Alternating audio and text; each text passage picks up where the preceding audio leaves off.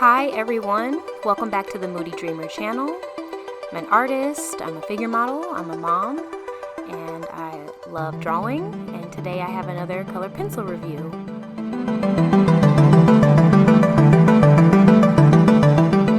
Before I could sit down and do a formal review, I actually ended up doing this Sailor Mercury drawing in them. So today I'm going to be talking about the SF pencils. Don't ask me to pronounce that because I will butcher it. So I'll just be calling them the SF pencils. I ordered them on Amazon and I just have some pictures of how they came, how they were packaged. I got the 96 set, which is I think their newest addition to the series. Comes in 4 trays. Comes with lovely blurbs about constables and a lovely letter also from the creator of the pencils.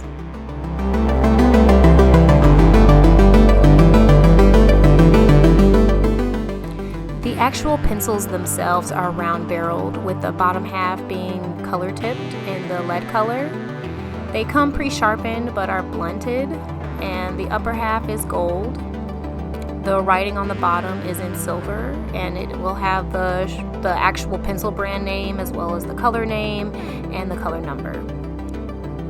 Sharpening them was quite simple, and they're thin like Prismacolors, so they fit perfectly in this X-Acto hand crank vacuum sealed desk sharpener, as you can see here. The materials are here flashing up on the screen, but they'll also be available in the description box. Really the only thing that stands out is my toned gray. I love reviewing on gray paper.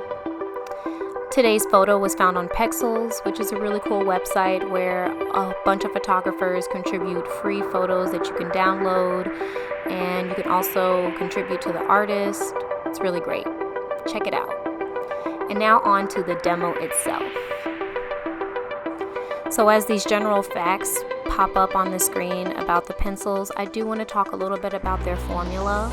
On the back of the packaging, they are marketed as oil-based with a creamy texture, which I would definitely say is true about them. They are very creamy, so much so that I did compare them to the Artezas for a second. I thought they were so much like the Arteza that I did pull out an Arteza pencil and compare it, and they are hard. They're hard. They're much harder than the Artezas, which, you know, a lot of people are talking about Arteza, you know, being this hard yet soft pencil.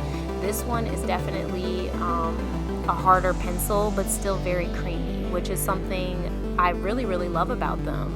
The Lyros weren't nearly as creamy as these, and the Polychromos are not as creamy as well. The next thing that I want to talk about is the lightfast ratings, which for the professional artist is really important, but to a lot of other artists really isn't that important. So it's interesting. On the back of the packaging, it definitely says that they conform to the ASTM lightfast rating scale.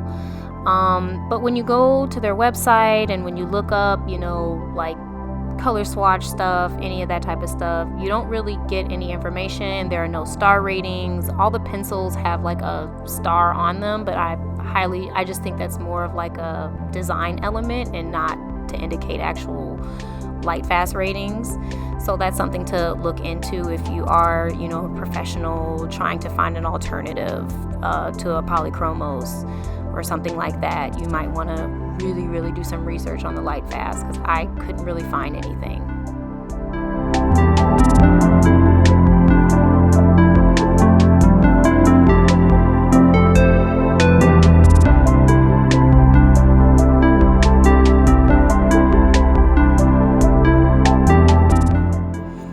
I would say overall, working with these pencils was a real delight, especially working on my Sailor Mercury drawing.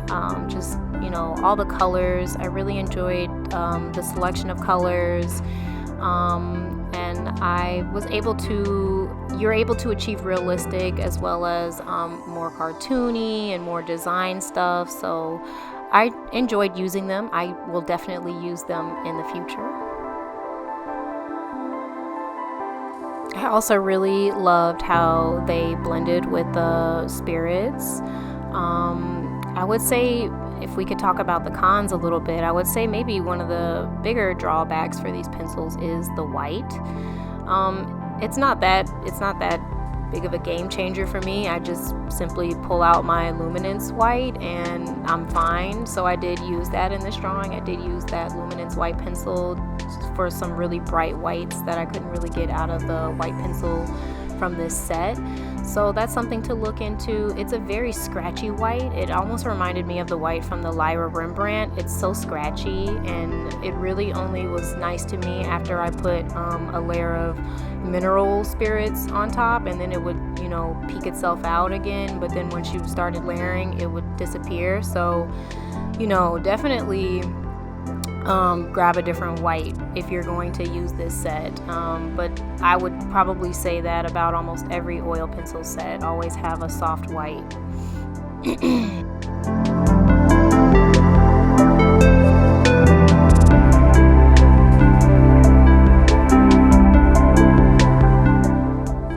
A few other things that you might want to consider is maybe the price increase. So I was watching reviews of these pencils about 2 years ago, and the price has definitely gone up, probably due to them adding the 96 set.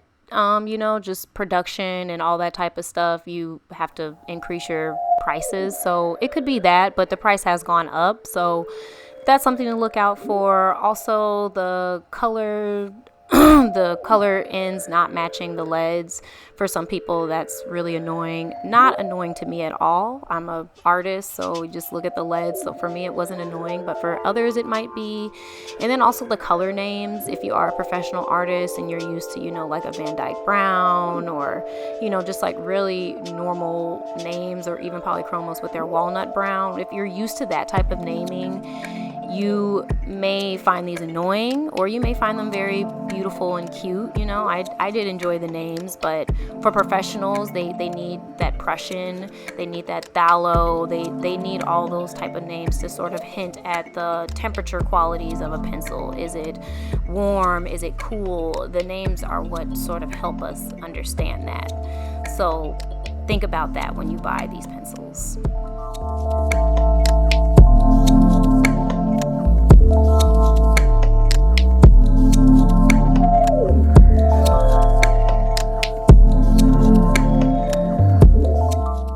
And with all that being said, who are these pencils for? I would definitely recommend these to the enthusiasts, and even the professional, as well as a hobbyist, so somebody who's into coloring books, somebody like that. I wouldn't really recommend these to beginners. I really wouldn't recommend any hard or oil-based pencil to a beginner. You definitely want a pencil that's soft, that can blend, that's going to make you happy and feel joy when you use it. Harder pencils do not do that for a beginner. So definitely stick to maybe a Arteza or a Prismacolor if you're a beginner. But for pretty much anybody else, I would highly recommend these pencils. At the price point and at the color variety, you really just can't lose. And you know, if you're somebody who's really trying to work on layering and all that good stuff, these are a wonderful introduction to harder pencils. So that's who I would recommend these pencils for.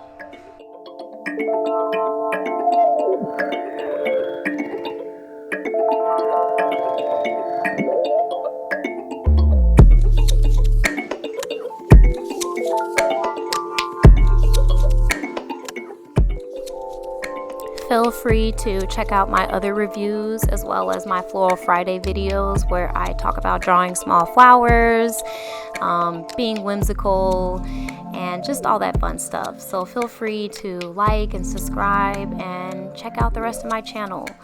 And I'd love to see you again.